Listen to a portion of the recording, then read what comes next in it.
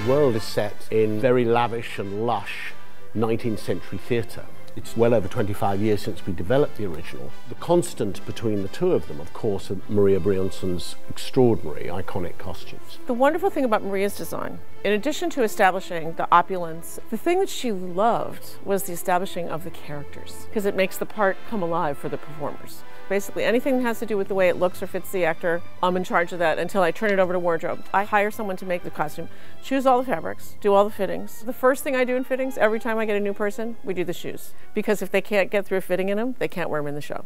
There's anywhere between about 285 and 350 costumes in the show proper. This is, I think, is a pretty good example of the amount of elements and detail that goes into creating the opulence and texture for one of these Victorian operas. It has fringe. These are called engagements, beautiful ruffles, and these lovely little lappets that are also themselves embellished. And notice there's a ruffle here and another piece of trim there. All that sort of detail contributes to the romance and all that kind of stuff that people associate with the show. This is one of the most iconic pieces, the Phantom's cape.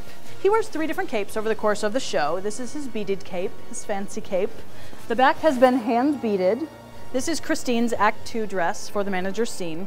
My personal favorite dress in the entire show. All embroidered, a lot of the trim was done by hand, and it's got all of the understructure and layers that a traditional gown of this time period would have. It weighs about 25 pounds, specifically tailored to the actress who wears it. Part of our rehearsals in New York, we're teaching our girls how to move in such elaborate costumes. Hundreds of hours to make. Cost about $10,000. I'm definitely holding the most expensive piece of clothing I will ever be holding.